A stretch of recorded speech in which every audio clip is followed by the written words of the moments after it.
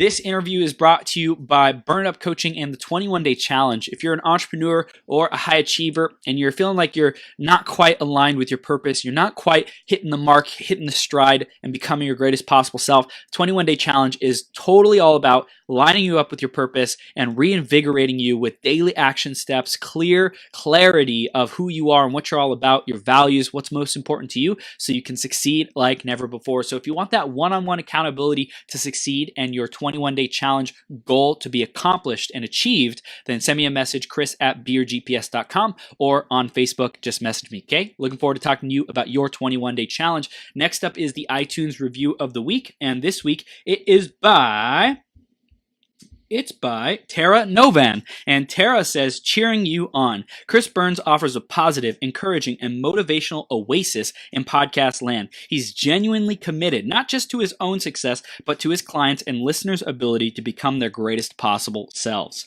Bringing in a wide range of voices to reinforce that message, Chris will cheer you on to new levels of success and fulfillment. Thanks so much, Tara. If you want to give us a review, go to beergps.com/iTunes or search Becoming Your Greatest Possible Self on the iTunes store. Now, this next woman who I'm going to bring on has overcome some serious challenges, and I highly recommend you stay if you are a woman who's looking for inspiration, if you're a man attempting to get into the world and understand women's perspective of the world when they go through challenges, when they have to deal with obstacles and unhealthy energy, unhealthy relationships. Rosie's going to teach us about how to really maintain our boundaries and set those up powerfully. What are the keys to doing that? So make sure you stick around throughout this entire interview because she's going to be giving us the gold, okay? So I'm going to introduce her and then we're going to bring her on. Rosie Aiello, trapped in an emotionally, mentally, and financially abusive relationship for nearly 25 years, Rosie engineered an international escape from the Middle East to save her daughter and herself from domestic violence. Nearly mentally destroyed and stunned by PTSD, within a few short years after arriving back to her home state of California, she became a speaker, best-selling author, and an international award-winning entrepreneur.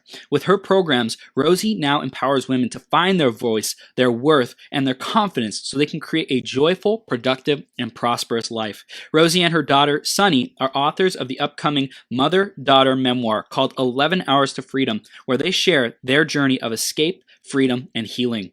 They now are on a global movement to help save 1 million plus women and their children from this insidious abuse. And they also are co-founders of the Love is Kind Network and Facebook group, the Love is Kind Movement, because real love is kind, not terrorizing. And we are blessed to have Rosie here with us today. Oh my gosh, Rosie, are you ready to rock this?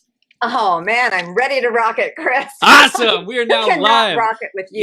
Yes, we're gonna rock it. We're gonna have so much fun. Thank you so much for being here on our show to share about your message of empowerment with our audience. We appreciate you taking time out of your schedule and helping us all become our greatest possible self with you, Rosie. Thank you.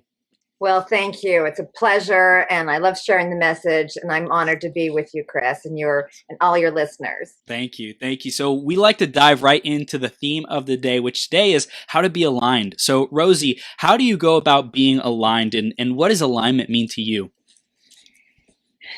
Well, this is really important for someone who's been in a position like I have, who's been out of alignment for decades, and really to be in alignment. And it takes work to really be your true self. And you'll hear people say, oh, to be your authentic self. And like, what the heck does that really mean? Right. But you know what? Your body knows it. And this whole movement and my whole belief, I mean, kindness is like my highest value. Yeah. And so as I just do it every day, and as I go into the training, it's just like, how can I be kind today? How can I show up being kind to myself? And being kind to myself means I'm going to be kind to others. Yeah.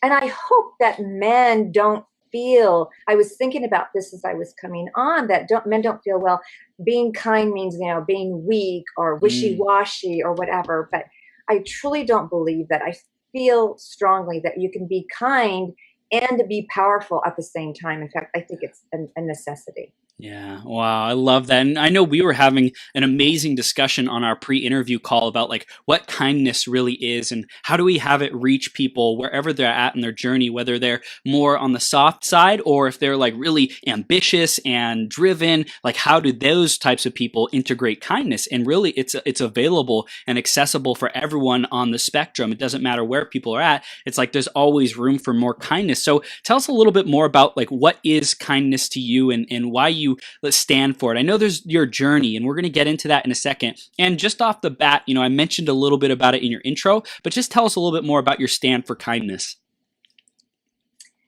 Well, as you did the final ending of the introduction, love is kind, not terrorizing, and I think that's where it all started because I realized that I deserve to be treated with kindness. Yes. And, one of my taglines is that you deserve to be treated with kindness. And that starts with being kind to yourself. Because how many times do we beat ourselves up, mentally, putting, oh, I'm not good enough. I can't do that. What's wrong with me? All this negative chatter. And when you have that negative chatter, you can't be your full self. You can't be your authentic self. You cannot be aligned with yourself when you're doing that.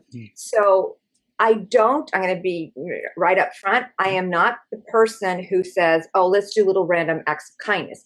That's all great. And I'll support that. But I really want to go in much deeper to how can you truly show up being kind. Yeah. And it means, which we'll get into, is just mean, honoring your values, all of your values, knowing what your priorities are, learning how to ask for what you want. Learning how to tell people how you like to be treated, which is the topic for today. Yeah. This is how you show up being kind. And when you are your full self and you become empowered, instead of this weak person who, you don't think I'm kind of weak, do you, Chris? You don't think I'm motivated, do you? I mean, it's like, we're talking about empowerment here. I'm moving. Yeah. Yes. Yes. Like nothing's going to hold me down. So, but to always stay in that. I don't want to associate with anybody who puts me down, who has to insult me to get ahead. I mean, sorry, but that's not where I go from. Right. And when you set this as your core, you'll find you have the strength to be who you are. Wow. So powerful. I love this. This is incredible. And, really we hear the conviction, we hear the passion, the certainty about what you will and won't tolerate in your life. And that really comes from wisdom. It comes from experience in life. And hopefully and definitely for you to be able to share that wisdom that you've gotten with our audience today so that they don't have to tolerate any kind of unkindness or rudeness or toxicity in their life. So we're going to be diving back into your journey and hearing about how you got to where we are today so that you are this stand. So take us back, Rosie, and let us know, where did this all start? Where did it all begin for you? The kindness journey. Yeah. So, just as you said, I'll just take you back just a little bit because you did say in my opening statements that, I engineered this international escape. Yeah. And so my daughter had come to me. We were living in Beirut, Lebanon. So I was in the Middle East. I'd lived in the Middle East for almost 25 years. And she came to me. She was a junior at the American University of Beirut. And she said, Mom, you got to get me away from my abusive father. And within, so I had 4 months to plan this escape. And it's amazing. And I know there's other women here and men too who are suffering. And I just want to first let them know that there's nothing like your freedom. Absolutely nothing. And that's, your psyche gets destroyed. Yeah. And so I had those 4 months to really execute, plan and execute that escape. And yet I was riddled with guilt, even though I was being abused all this time. And so I said to myself, over and over. And I knew nothing about mantras. I knew nothing about personal development. I mean, zero. Okay. And I just said to myself, my daughter and I deserve a happy and joyful life. My daughter and I deserve a happy and joyful life. I don't need to be a martyr. And those words helped me keep me focused on, I deserve to get out of this. I have one life to live. Hey guys, you have one life. Yeah. This is it. Let's make the best of it. So it's like, I'm not going down that way. So when I first came back, we were both, I was done with, I had severe PTSD, depression, anxiety, and my daughter did too. She has complex PTSD, and to some extent we still struggle with it. People said, oh, do what you're really good at. Well, I was in financial management before, and I was really good at time management and productivity. So I started my business doing that. Plus, I had actually kind of planned like 3 escapes. This is like the third one. So God was giving me a practice, but I didn't know that at the time. Wow. I was like, people reflected back, oh yeah, this is the 3rd escape. Wow. But it wasn't until a little over a year ago when I made the commitment to write our memoir, because people have kept telling us, oh my God, your story should be in a book. It should be in a movie. And it's like, okay, I get the message, So I made the commitment to start writing the book. And then my life changed. I mean, it changed big time. And and in May of 2017, you have these moments. Yeah. I had the conversation with God. And as my daughter said, I think, Mom, God gave you a good ass kicking, didn't he? Because I had this message. He goes, what are you doing, woman? I go, look, I agreed to write the memoir. I didn't agree to any of this helping the women or doing anything. He goes, now, who do you think is going to win this argument here? I go, but who am I to do this? He goes, I chose you. I go, no, I'm not digging my heels in and I'm whining. And he goes, just stop it. But it took, oh my God, Chris, really, it took a year. I mean, I was still digging my heels in and he was still hitting me in the head. I was like, okay. So then, he's kind of a tough guy.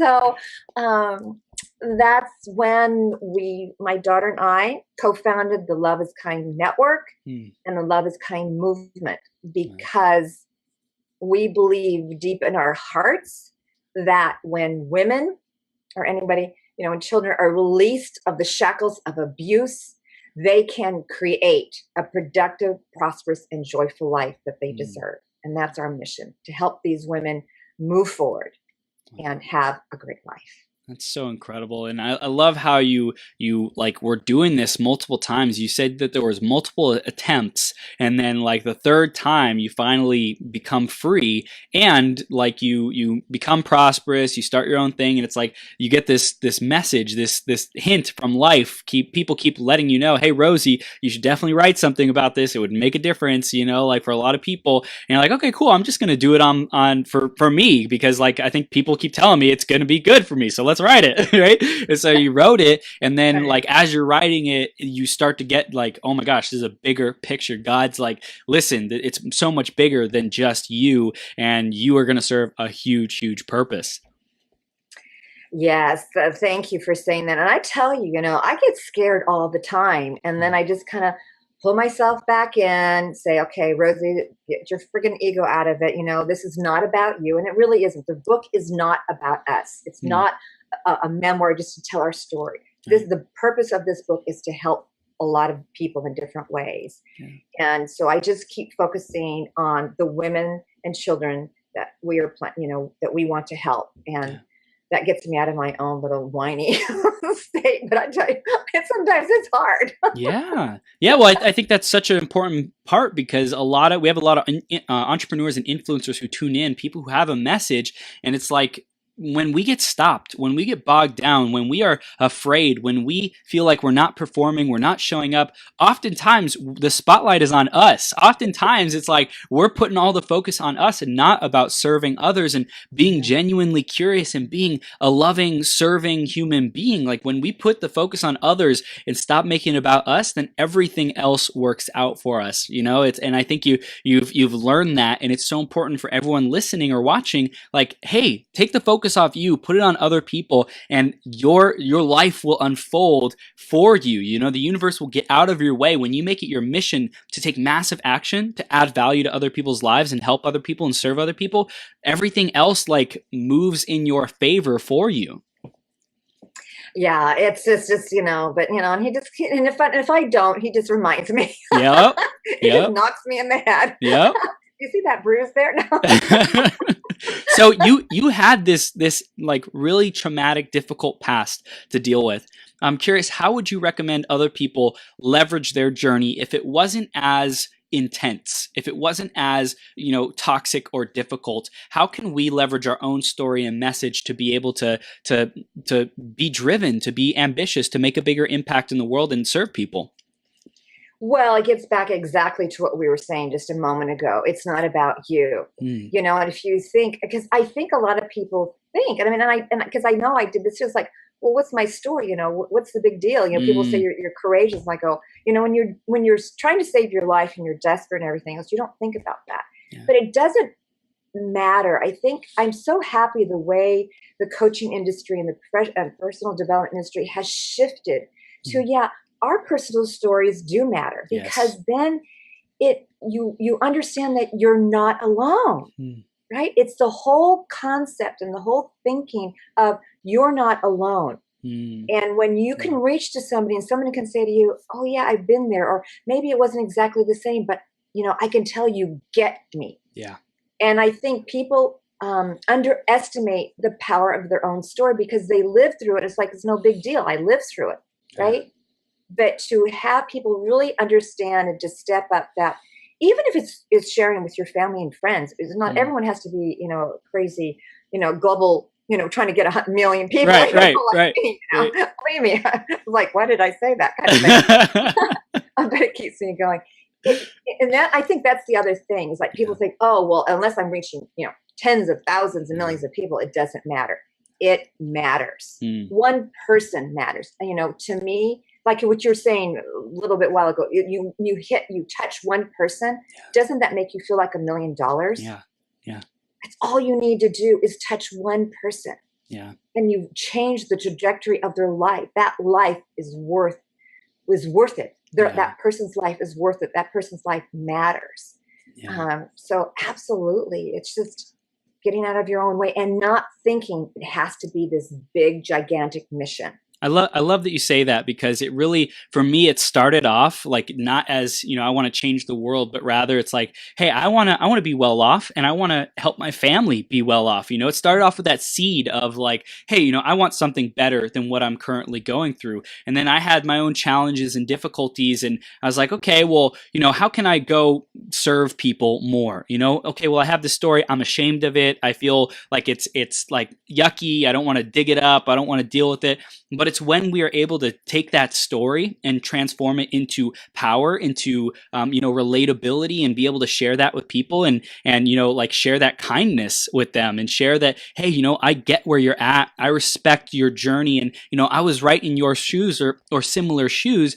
Even if it's just your family or your workplace, let's say you're working at a job and you get better at sharing your story in a way that has people who once felt alone and misunderstood, you can bring them out of that. Or maybe it's not sharing it at your workplace, but you share it at a community, a church, something you do once a week, whatever that is. Like, who knows what you could do, the impact that you could have. You could save someone who's about to commit suicide because they feel alone. They feel like so misunderstood. They feel like nobody gets them. Right. I think that's some of the biggest suffering that goes on in our world today, is feeling like nobody understands the pain and the difficulty that they're going through. And if they just knew that there's someone around the corner, or someone on the internet, or someone who's a professional who helps people in that kind of a situation, then they wouldn't be hopeless. They wouldn't feel alone. Yeah, I love that, because that's sort of my own mission, because I was alone for really 25 years. I mean, I was married 18 years, Chris, before I even knew I was in an abusive relationship. I didn't have the vocabulary. I just thought I wasn't good enough, right? So, and then I only told 3 people, my brother and my 2 best friends in the United States. So by the time I left, nobody knew, and that was the shame. Shame was keeping me a prisoner of myself, right? So my ex-husband was already keeping me a prisoner just by the mental and physical, geographical, the mental torture, and then just the being isolated so much. But then my own feelings of shame shackled me and kept me in my own prison, even when I came out, back to the United States. Yeah. And so I think shame is this, I just call it stupid shame. Just, there are people that will understand. And of course, when I arrived and started telling more people, it's like, oh shoot, why didn't I tell more people before? Sooner. Yeah. Yeah. So would you say that it's sharing with people? It's like not keeping it within and depressed and pressed down, and it's like letting it out. That is what frees people ultimately from that. Well, that is a step. Yeah. That's a huge step. I mean, there are lots of steps to that, but that's definitely a key step, because you can't get out by yourself. You just cannot. No. You know, you need to have somebody, somewhere to go. You know, it's just crazy. Right. So, I mean, and your mind is already going crazy. And this is the other thing that I don't want to get into unless we have time. But, you know, for women to get out of these situations, it's really, really challenging. It takes a lot of courage. Yeah. And a lot of them just don't have the steps. They just don't know what to do. Or the fear is so great that it hinders their thinking. You know, I was scared to death. That's why I left. Right. And I outsmarted him. Yeah. Outsmarted him. But, you know, I had some skills from my work from before. You know, I had planning skills. I used to do, you know, strategic planning, you know, for the company. Right. So I had sort of maybe that mindset. I don't know. Yeah. But, so we can dive into either some of those steps, or is the boundaries, is that a key part of you know, like creating that kindness and creating that self-care and self-love, or like where do the boundaries fall in that kind of process of getting the help and becoming free? Yeah, well, it's just so important. It's like, and if you're not there, you know, this will help you not get there, you know. Yeah. So for me, when I talk about boundaries, I do a lot of reframes, and the first reframe is boundaries is about honoring yourself. It's about honoring yourself, because sometimes when you hear the word boundary, you maybe envision this wall around you. Right. So I'm putting this, you know, nice protective wall around me, which in a way you are, but you're also keeping everything good also out. Right. So the other reframe for boundaries, besides honoring yourself, because when you reframe and say, oh, I'm honoring myself, it doesn't sound so bad. And like, I'm not being a bad person. Right. But the other thing is to remember that all boundaries is teaching others how you want to be treated. Yeah. And when you know and understand that boundaries is teaching others how you want to be treated, everybody can behave any way they want. Right? It's a free world. Doesn't mean it's right. A lot of times it's not right. And they're going to do what they can to get away with it. And they may not even realize it's wrong until you teach them. And so to have those reframes is so important. And being kind to yourself is honoring yourself and teaching others how you want to be treated. Right? Yeah. So again, you see this whole thing, it's like, it's not being selfish. It's not being rude. It's not diminishing somebody. It's not being self-centered. It's not egotistical. This is not what boundaries is about. Because in boundaries, so the second point is that boundaries is based on knowing your values and your priorities. Yeah. Real quick, before we go any further, why do you think there's so much misconception about what boundaries means, and how can we get to the root of that and uncover that and release it? Right. I think it's just because the way we've been brought up. Yeah. You know, it's just the social mores. It's the way we were taught in school, you know, what a boundary is. And then you think of the boundary of a fence. You know, you see that all the time. We talk about it even in the, between south of the border here, right? It's a boundary for protection. See, we think of boundary as protecting. You know, we're protecting ourselves. And so when you protect, you're on the defensive. Right. I rather shift it from being on the defensive to being on the offensive. I'm in charge here. Because when you're on the defensive, you're reacting. When you're on the offensive, you're in charge. Yeah. You're empowered. Okay. You're taking the steps to do something for yourself. And that's a mindset shift as well for, I think, women who feel like, oh, I just need to get through this just a little bit longer. It'll all get better. And that's more of like a defensive, like, I just need to hold out just a little bit longer because this person's going to change or they will get it eventually. But that doesn't happen. Oh, Yeah. Oh my God, Chris, because I'm working on the manuscript, still. Yeah. And it's like, yeah, just writing. I mean, it's like just perfectly said. Yeah. It's like I was just trying to do my best. It's like, I was high powered. I was, moving really fast in the internet and the high tech field, right? Yeah. In finance, but so, I knew how to perform well, right? I was a high performer. Yeah. So what do you mean I'm not a good wife? What do you mean I'm not a good mom? I can do this, right? And still trying to be the peacemaker, trying to make it work when it was impossible. And just totally ignoring what mattered to me. Yeah.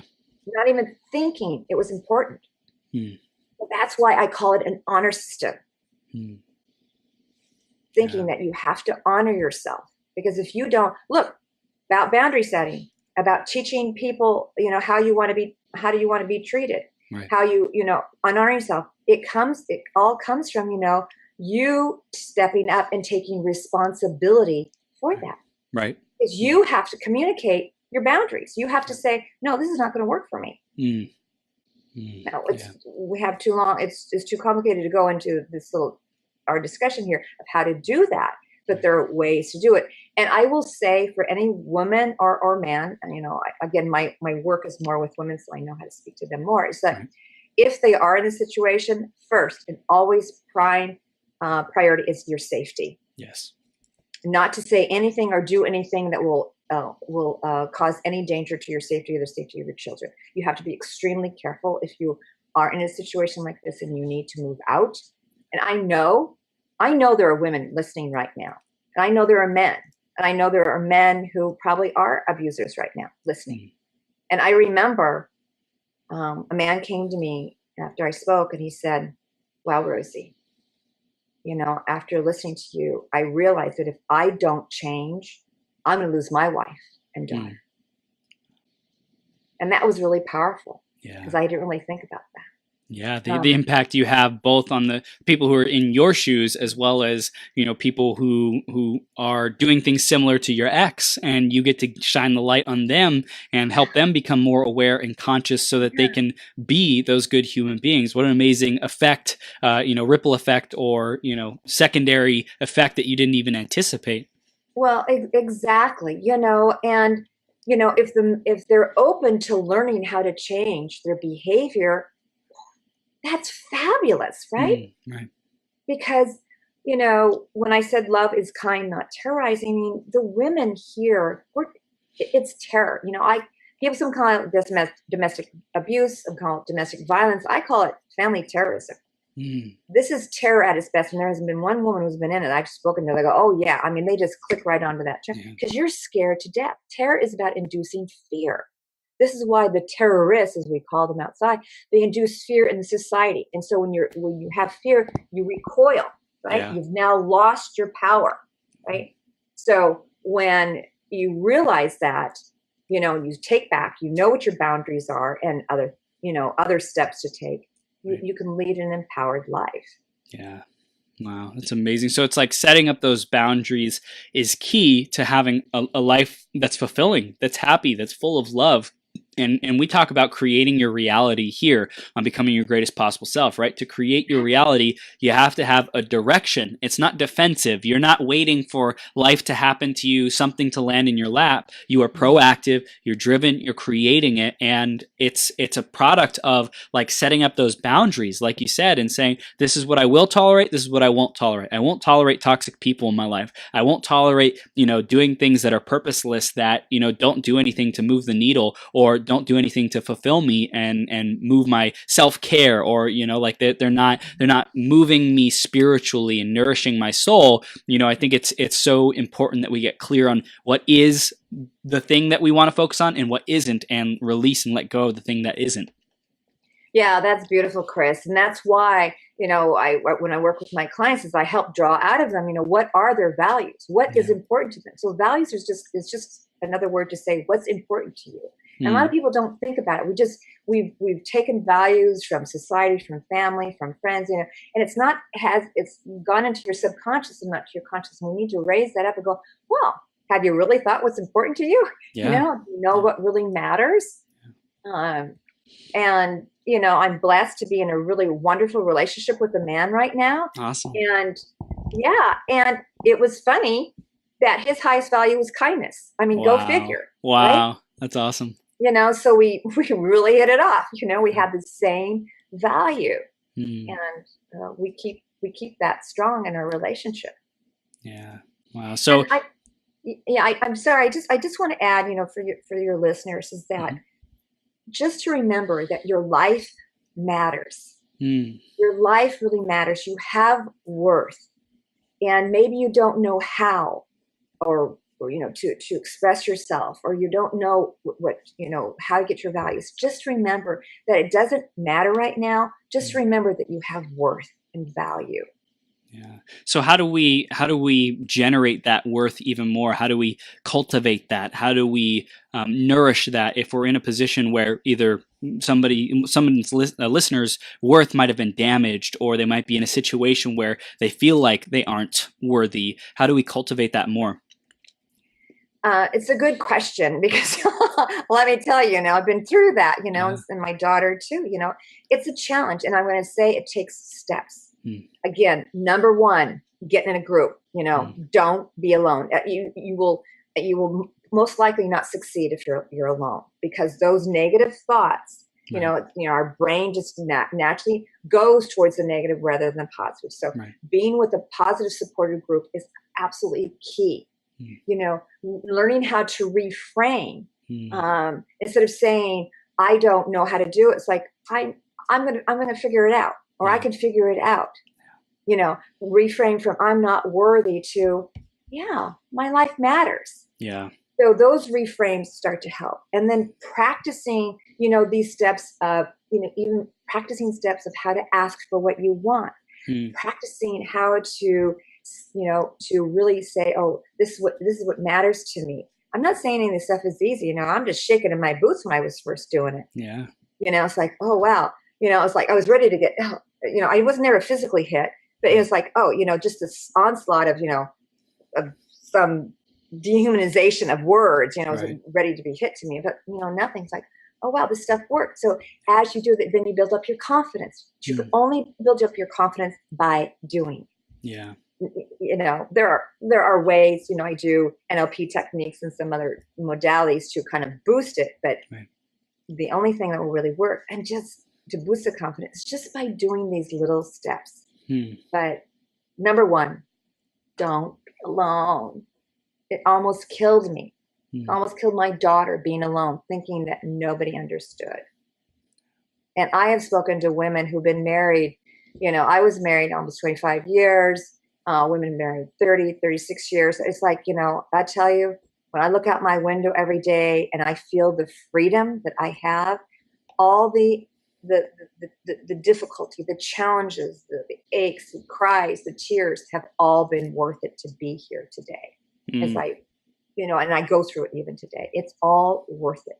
Yeah. Can you share any examples of other women who were in challenging situations, and through, you know, following these boundaries, setting up boundaries, or taking care of themselves, prioritizing themselves, they got into a better situation? Oh yeah. There's this one woman, and she is just to show you how much the impact lasts. You know, this woman is in her early 70s. Wow. So this is the problem. This is why I'm so passionate about helping these women, because it impacts your entire life, right? Yeah. And if you can't be, you know, aligned with yourself at home, you're not aligned at work. You can't be productive at work or anything else. Right. So as we started practicing these, how to ask for what you want, and to start the reframe, I just kept telling them, just say, I deserve to be treated with kindness. To say it over and over and over. And, you know, taking the steps of, teaching somebody. And we practice, you know, how to say, you know, set the boundary, you know, what they were going to say and how to say it, you know. And so now she's in a relationship and she feels her strength. She feels empowered. And, you know, she was married a couple of times, and she was going with somebody and had a really bad breakup, and she dated somebody, and she could now see right away how he was dominating her, and that wasn't working, right? Because now she knew her values. So she knew her values, and she just she goes, oh my God, Rosie, I've just been seeing this progress. And now she can stand strong, knowing that she deserves to be treated with kindness. So many times women give up. It's like, oh, I got to get married. I got to have a man or, woman, in my life. And this desperation takes over what your core values are and this alignment that you've been so, beautifully discussing today, right? If you shift from that, you're giving in to who you really are, right? Yeah. You get out of alignment, and you know what? Your body is going to tell you. So this is another really key, is listen to your body. I mean, my stomach was screaming at me for years, but I didn't know what it was saying. Wow. So listen to your body, listen to your back. Are you aching? It's telling you that something's off here. Yeah. And your head is trying to talk you out of it. Because look, what may sound kind of bizarre is that your brain likes things that it knows. Yep. It doesn't necessarily like things that are good for it. It just likes what it knows. Yeah. So for me, I'll just take my example. When the guy I'm dating now was treating with kindness, I was trying to sabotage the relationship because my brain's going, what the hell is this kindness thing? Yeah. You haven't been treated like that. It's like, no, I'm not going to let you have kindness. It's not good for you because I don't know what the heck that is. Right. So I had to learn to receive kindness because my brain. And so that takes a lot of mental work to work on that, to create that shift. And that's what I did with that woman and my other clients, is that they learned to create that shift. It's like, oh, I don't have to just give in to whoever is going to take me. Yeah. And I hear really getting clear on who you are, right? Like what you value, what's important to you. And that comes through a process of clarity, like working with you, Rosie. You help your clients get that clarity to know what they deserve and what they should or shouldn't tolerate, right? And that's a big part. And then also designing the other people and the things outside of you that you want to attract, right? Like you're achieving your dreams and your goals and your purpose, building a business or building a great family, creating a great family, being connected with your community, whatever the goal is. And you can design what it looks like when you're fulfilled doing that thing, when you are living your purpose and being happy and being treated kind, like you will know. And so, okay, who do I have to be with to know that I will be treated kind? How can I design that dream partner? That's something I did to really call in my dream woman, is I designed her first and then said, okay, how do I become the man who attracts her? And I kept focusing on it. And then finally she shows up because I had worked on myself and I had gotten clear on what are my boundaries, what am I willing to do and not do to be with this woman. I love that, because that's exactly what happened with me. Because before I was so afraid of being with an abusive man, I just thought, I don't want to be with an abusive man. I just focused on the abuse. As soon as I shifted to, I'm looking for a man who's kind.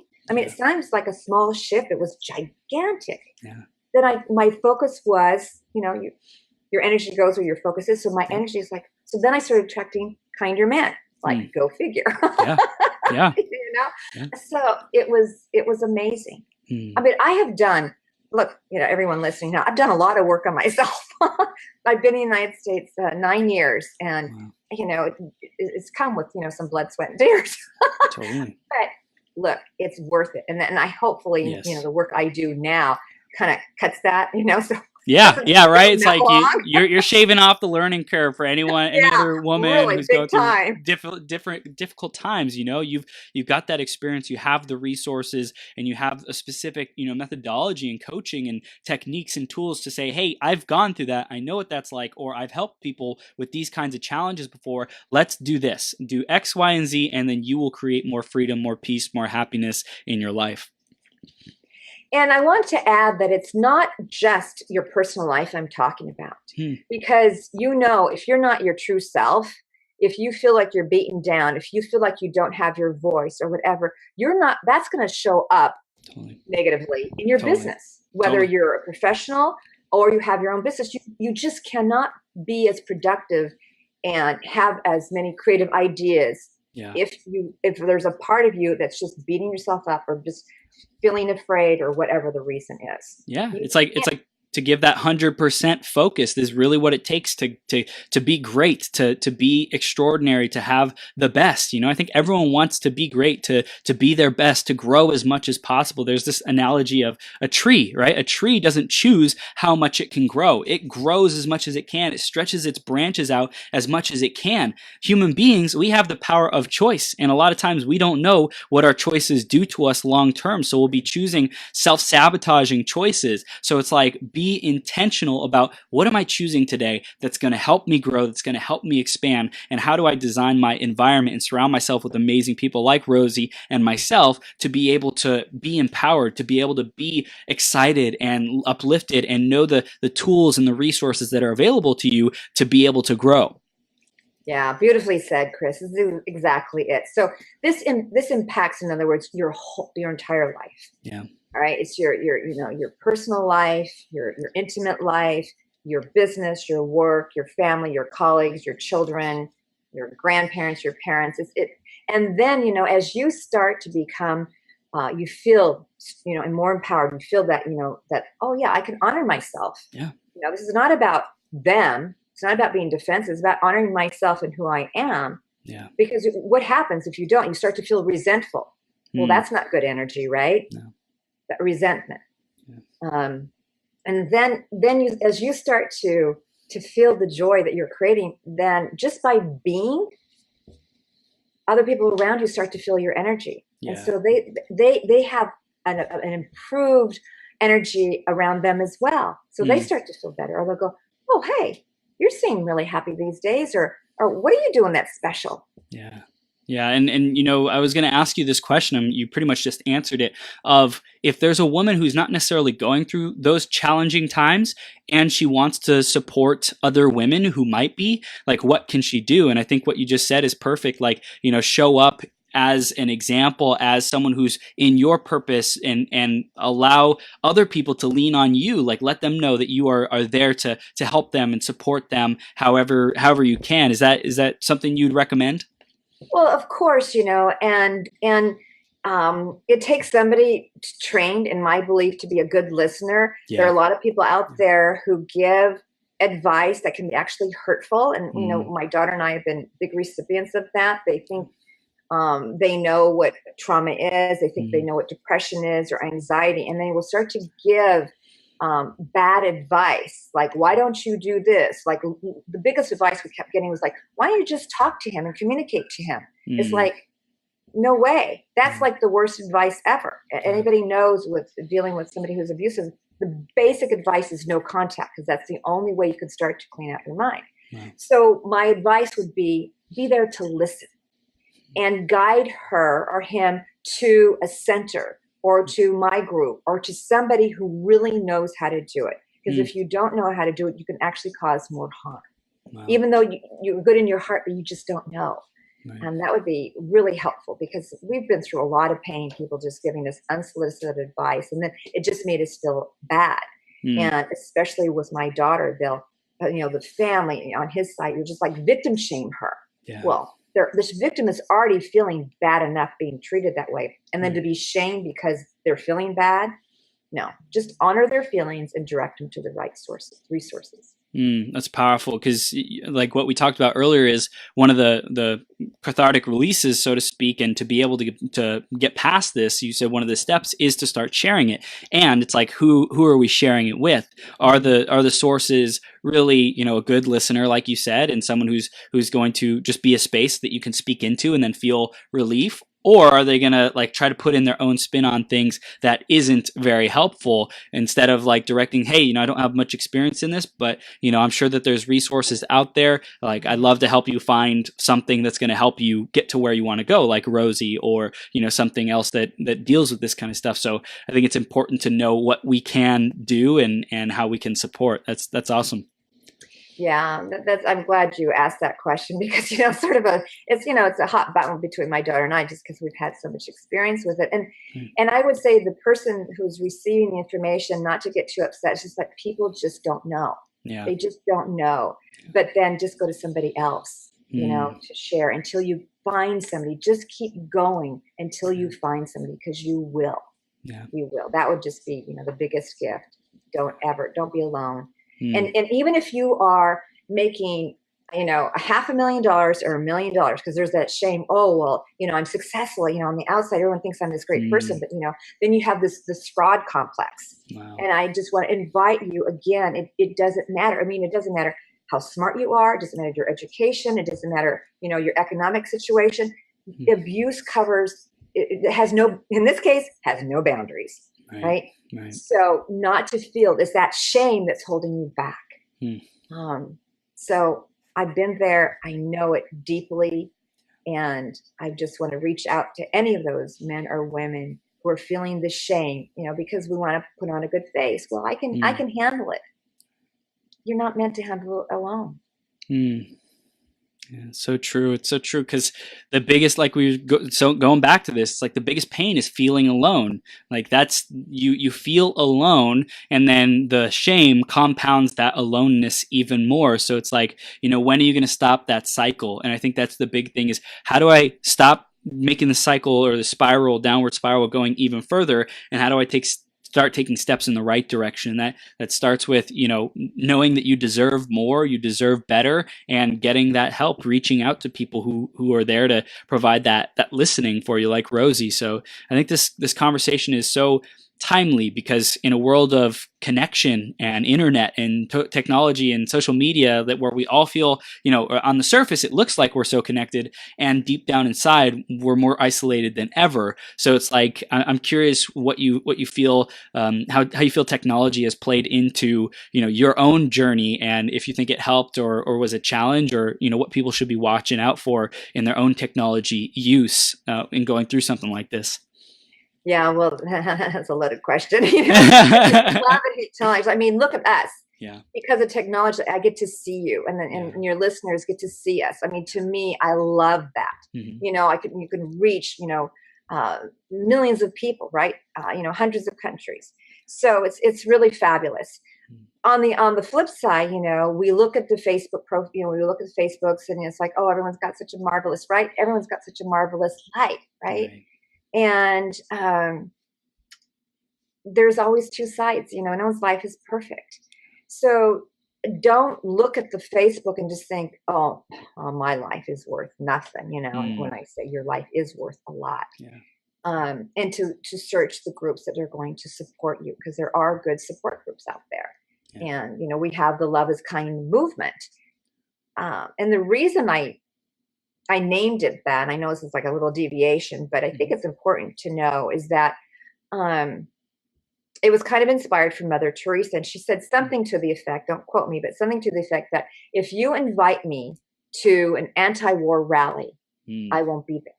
You invite me to a pro-peace rally, I will be there.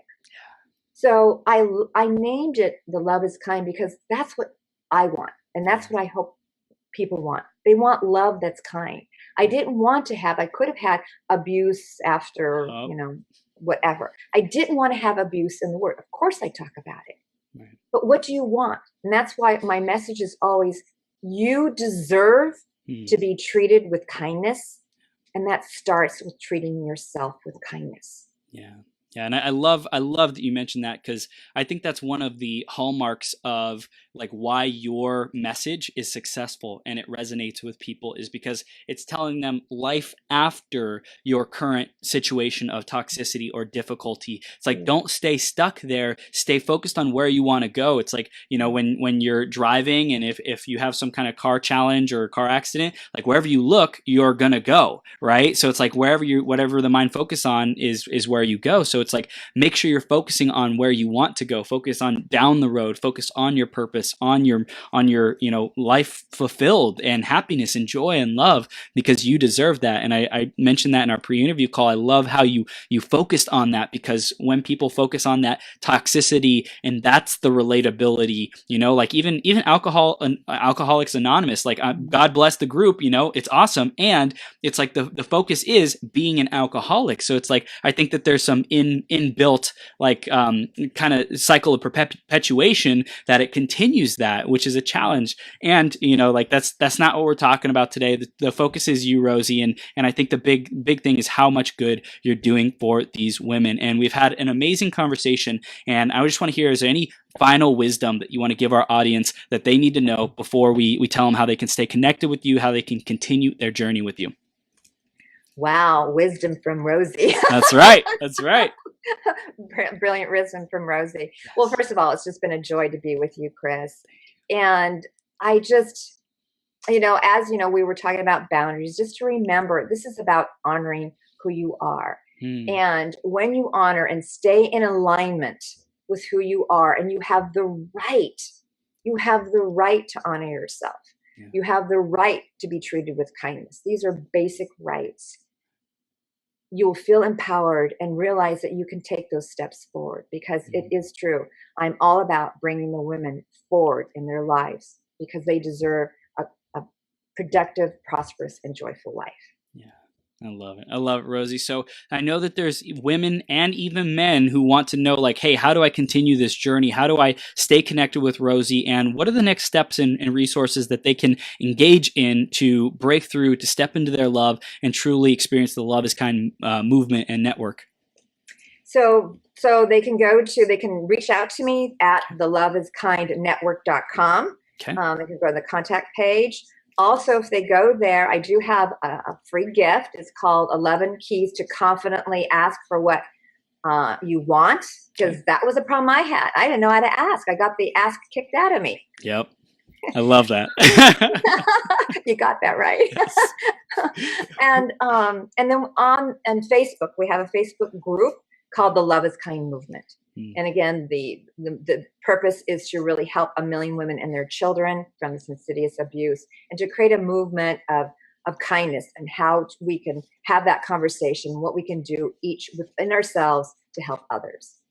So beautiful. Rosie, thank you so much for being on. And anyone who's listening or watching, definitely have a conversation with Rosie. Reach out to her, because Rosie, you're just so welcoming and inviting, and your heart is just in this message because you experienced it and you know what people are feeling like. So especially if you feel alone, misunderstood, and you don't know who you can turn to, just send a message and say, thank you. Just start with thank you. Thank you for the information. Thank you for being the light. Thank you for giving people hope. Just start with that if that's, a difficult path to take steps on. And if you're at the point where you're ready for that help, have a conversation with Rosie, see what you can do with coaching to be able to really create the life that you deserve. You deserve to be your greatest possible self, and Rosie can help you get there. So Rosie, thanks so much for coming on. You're a superstar. Thank you. You're a sweetheart, Chris. It's been a blast. Awesome. We'll see you soon. Have the best day ever. Okay. All right. Thank you. Bye. Take care.